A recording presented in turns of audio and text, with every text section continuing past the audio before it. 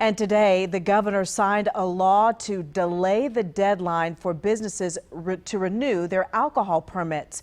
Now, bars are not allowed to open under the current order, and once they are allowed to open, they will have 90 days to renew. Bars were not allowed to open because the governor and state health officials say that bars fall into the high-risk category. That's because it's hard to maintain social distance while people are drinking in these establishments. Now check out this video we got from over the weekend showing people packed inside Explicit Bistro and Lounge. Look at that. You can see how they are packed in so close to each other. Well, our Joe Bruno is live for us tonight right outside that business. Joe? Well, Erica, we're outside Explicit nightclub right now. Obviously, the club's not going up on a Monday. No one here except us. But you can see that they do have some hand sanitizer in front of the business.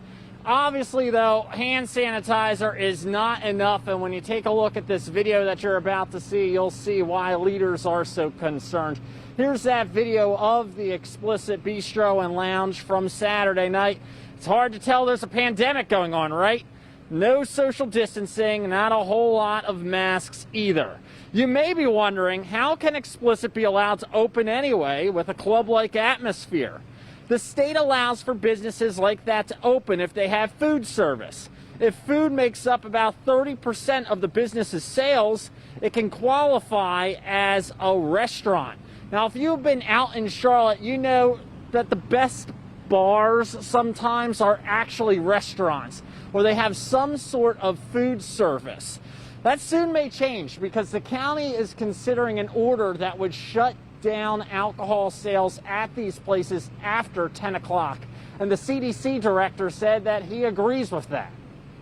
I do think it's critical that we recognize that certain businesses that have a tendency to facilitate irresponsible behavior, such as bars that stay open late in the evening, I think really at this point in time in the epidemic, from the point of view of public health, they need to be closed. As you know, Mecklenburg County would not be the first to do this. South Carolina no longer allows the sale of alcohol after 11 p.m. in restaurants. Orange County, North Carolina, which includes Chapel Hill, doesn't allow alcohol sales after 10. Orange County also takes it a step further. You can only get takeout after 10 o'clock. Erica? Well, Joe, you know, we'll hear pushback from people on this who say the virus is 24/7. It does not go away or pause just because it's 10 or 11 p.m. Yeah, that's what everybody always brings up when you put this out there, that they're considering shutting something down at 10 or 11. Really, what leaders are trying to do is prevent the scene that you saw in that video there. Prevent that club-like atmosphere with everybody coming together, not a whole lot of people staying at their table or being able to social distance from people that are not in their parties. Now, while that is the goal, there are some cases where you do see large crowds getting together and it's not nighttime. Here's an example of that. Take a look at this video. This is from Ink and Ivy from this past weekend. You can see it was packed in the afternoon. The only thing that would have prevented that from happening is if the county or state shut down restaurants again for in-person service. The county manager says right now another shutdown is not on the table.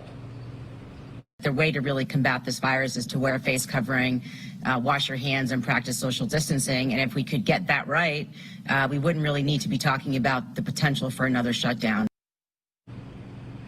So are there actual COVID-19 cases tied to bars and restaurants in Mecklenburg County?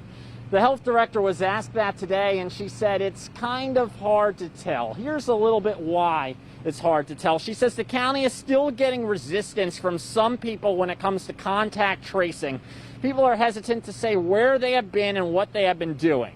The thing about Mecklenburg County also is we've just got widespread community spread. So somebody could have just as easily gotten COVID from a trip to a restaurant as they would have from a trip to the grocery store. So when could this be in place? The county manager did not say, but the odds are that there will be some sort of proclamation because this order just got a major endorsement in the past 2 hours. Mayor Vilisle said she would sign an order banning the sale of alcohol after 10 o'clock. Erica? All right, Joe, thank you. Covering a lot of ground for us tonight. Thank you for that update.